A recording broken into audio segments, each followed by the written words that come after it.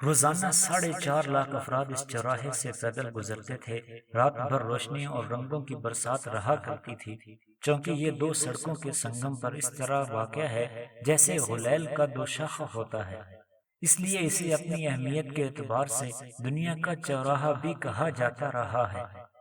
New York کا Times square ہر سال 5 کروڑ سیاح اس علاقے میں آتے رہے ہیں اور اپنی اپنی دلچسپیوں سے لطف اندوز ہوتے تھے۔ آج اس ٹائم اسکوائر کی روشنیاں اسی طرح قائم ہیں۔ وہ بہت بڑا نیووائن سائن ہے جہاں ہر چند لمحوں کے بعد ایک نیا اشتہار روشن ہو جایا کرتا تھا۔ آج بھی ویسے ہی ہے، لیکن سڑکیں سنسان ہیں۔ یہ وہ چوراہا ہے جہاں سے 31 دسمبر 1907 کو رات 12 بجے موسیقی کی دھنوں، رقص و سرود اور عیش و نشاط میں مدہوش ہو کر عورتوں اور مردوں نے پہلی دفعہ نئے سال کا استقبال کیا۔ یہ تقریب دراصل ایک بغاوت کی علامت تھی۔ امریکی تاریخ میں 18 اپریل 1906 میں جب سان فرانسسکو شہر میں بہت بڑا زلزلہ آیا تو اس وقت یہ چھوٹا سا پہاڑی شہر مکمل طور پر تباہ ہو گیا اور 2.5 لاکھ لوگ بے گھر ہوئے تھے۔ 3,000 لوگ لقمہ اجل بن گئے تھے۔ اس زلزلے کو اللہ سے ڈرنے والے عام امریکی سان فرانسسکو میں کھولے جانے والے ہم جنس پرستی کے کلب بلیک کیٹ بار پر اللہ کی ناراضگی اور غصے کا اظہار سمجھتے تھے۔ ہم جنس پرستی کے آغاز کے حوالوں سے نیو یارک اور سان فرانسسکو جڑواں شہر تصور ہوتے تھے۔ زلزلہ ختم ہوا تو جہاں سان فرانسسکو کے لوگوں نے اللہ کو آنکھیں دکھانے کے لیے اس ہم جنس پرستی کے بار کو دوبارہ کھول دیا، وہیں نیو یارک کی ہم جنس آبادی نے بھی اعلان کیا کہ ہم ان قدرتی آفات اور زلزلوں کو اپنی طرز زندگی میں رکاوٹ نہیں بننے دیں گے۔ ہم جنس پرستی کے علم بغاوت کے علاوہ خواتین کو شمع محفل بنانے کا آغاز بھی انہی دنوں میں ہوا۔ امریکہ میں قومی حقوق خواتین وومن سفریج ایسوسی ایشن 1890 میں قائم ہوئی اور عورت کے ہاتھ میں خاندانی معاشرت سے بغاوت کا پرچم تھما کر اسے فیشن، اشتہارات اور ملکہ حسن کے تخت کی روشنیوں میں لا کھڑا کیا گیا۔ 1906 کے آس پاس اسی عورت کی ٹانگوں کی خوبصورتی نمایاں کرنے کے لیے اس کے ملبوس کے گھیرے کو ٹخنوں سے 4 انچ بلند کر دیا گیا۔ یہ ایک آغاز تھا جس کی انتہا آج 1 صدی بعد کی عریاں اور نیم عریاں جسمانی نمائش ہے۔ فرانس کا پیرس، برطانیہ کا لندن، اٹلی کا میلان، اسپین کا بارسلونا، امریکہ کا نیو یارک، غرض یہ تمام شہر اس بات کا اعلان کر رہے تھے کہ ہم نے اپنی زندگیوں سے اللہ اور مذہب کو دیس نکال دیا ہے۔ اب ہم اپنے لیے جیسی اخلاقیات چاہیں گے مرتب کریں گے۔ ہم بچے پیدا کریں یا نہ کریں، انہیں دوران حمل قتل کر دیں، جنسی تعلقات شادی کے بغیر رکھیں، جتنی چاہیں جسم کی نمائش کریں، یہ سارے فیصلے اب انسان کریں گے۔ یہ تھا اس جدید دنیا میں اللہ سے بغاوت کا منظم اور علمی و معاشرتی آغاز تھا۔ انسان نے اپنی اجتماعی زندگی سے اللہ اور اس کے احکامات کو دیس نکالا دے دیا۔ اس بغاوت کے عالم میں اللہ نے انسان کو جھنجھوڑنے اور اسے اپنی طرف متوجہ کرنے کے لیے جنوری 1918 کو کرونا وائرس ہی کے خاندان کے اولین دستے کو پوری دنیا میں بسنے والے انسان پر حملہ آور کیا۔ اسے آج اسپینش فلو کے نام سے ایک خوفناک موت کے طور پر یاد کیا جاتا ہے۔ جیسے موجودہ کرونا وائرس انفلوئنزا کی علامتوں والا ہے، ویسے ہی اسپینش فلو بھی تھا۔ اس وائرس کو H1N1 کے طور پر پہچانا جاتا ہے۔ یہ وائرس کچھ عرصے بعد نئی شکلیں بدلتا رہا اور کبھی برڈ فلو اور سوائن فلو کی صورت حملہ آور ہوتا رہا۔ یہ وائرس جنوری 1918 سے دسمبر 1920 تک 3 سال تک پوری دنیا پر خوفناک موت کی صورت راج کرتا رہا۔ اس وائرس سے دنیا میں آباد 50 کروڑ لوگ متاثر ہوئے، جس میں سے 5 کروڑ لوگ ہلاک ہو گئے۔ اس زمانے میں دنیا بھر کے اخبارات میں چھپی ہوئی تصویریں دیکھیں تو یوں لگے گا یہ 2020 ہے۔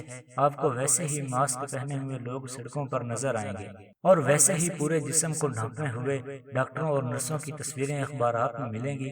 اس موت کا مرکز و منبع پیرس تھا، جو اس وقت دنیا میں فیشن، نسوانی حقوق، الحاد اور سیکولرزم کا بھی مرکز تھا۔ اسپینش فلو کا متاثرہ شخص اگر کھانستا یا چھینکتا تو ایک ساتھ 5 لاکھ وائرس کے ذرات باہر نکلتے اور قریبی افراد پر حملہ آور ہو جاتے۔ یوں دنیا کی 1/4 آبادی اس وبا کا شکار ہوئی۔ اسپینش فلو کے دوران 5 کروڑ اموات میں بھی اللہ نے ایک نشانی دکھائی۔ مسلمانوں کی خلافت عثمانیہ اس وقت باقی ملکوں کی طرح جنگ عظیم اول کی لڑائی میں حصہ دار تھی، اور کہا جاتا ہے کہ اسی جنگ میں فوجوں کی آمد و رفت کی وجہ سے انسانوں میں اس وبا میں اضافہ ہوا تھا۔ لیکن حیران کن بات یہ ہے کہ سب سے کم متاثر ہونے والے علاقے خلافت عثمانیہ کے تھے، اور سب سے زیادہ اموات امریکہ اور یورپ کے شہروں میں ہوئیں، اور اس کے بعد برطانوی ہندوستان میں۔ 5 کروڑ لوگوں کی اموات کو آج 100 سال بیت چکے ہیں۔ سائنس بہت ترقی کر چکی، روزانہ 45,000 ایجادات ہو رہی ہیں، اوسط عمر بھی بڑھ گئی ہے، دنیا سمٹ کر ایک گاؤں بن چکی ہے۔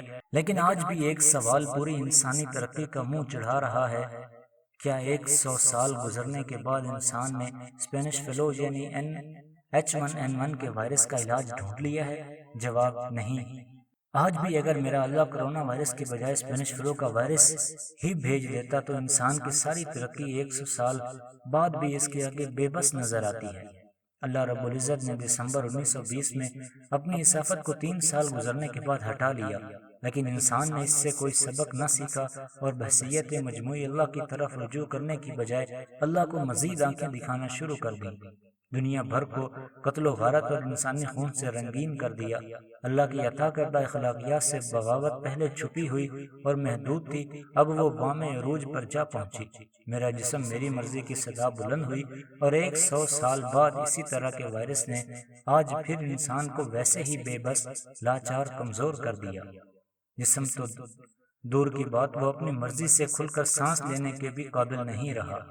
دنیا کے ہر بڑے شہر کے مراکز کی طرح کارپوریٹ دنیا کے دل نیو یارک ٹائمز اسکوائر بھی ان دنوں 100 سال پہلے کی طرح سناٹے میں ہے، مگر وہاں ایک شخص دیوانہ وار بولے چلا جا رہا تھا۔ اس کی ویڈیو اس وقت پوری دنیا میں عام ہو چکی ہے۔ یہ شخص کہے جا رہا تھا: نیو یارک، تیرے گناہ اللہ تعالیٰ کے غضب کو دعوت دے چکے ہیں، اللہ تعالیٰ تجھ سے بہت ناراض ہے۔ نیو یارک شہر، کیا تمہیں معلوم ہے کہ آپ کے بچے ضائع کر دیے جاتے ہیں؟ ایک ہفتے میں 40 بچے ضائع کیے جاتے ہیں۔ ہماری انا اور تکبر نے ہمیں تباہ کر دیا ہے۔ نیو یارک، تجھے آج خدا کی آواز سنائی دے رہی ہے؟ خدا کہہ رہا ہے کہ عجزی اختیار کرو تاکہ تمہیں عزت ملے۔ تم ہاتھوں سے گناہ کرتے اور منہ سے جھوٹ بولتے ہو، تمہاری زبانیں ہر ظلم کی تعریف کرتی ہیں۔ امریکہ، ہم سب سے بری قوم ہیں، ہمیں توبہ کرنی چاہیے۔ نیو یارک، یہ رب کے سامنے عاجزی اور توبہ کا وقت ہے۔ توبہ اور عاجزی سے ہی عزت مل سکتی ہے۔ بتوں کی عبادت، سرکشی، تکبر، حب مال اور مادیت سے توبہ کرو۔ میڈیا کے ذریعے نسل پرستی کی تعلیم دی جاتی ہے۔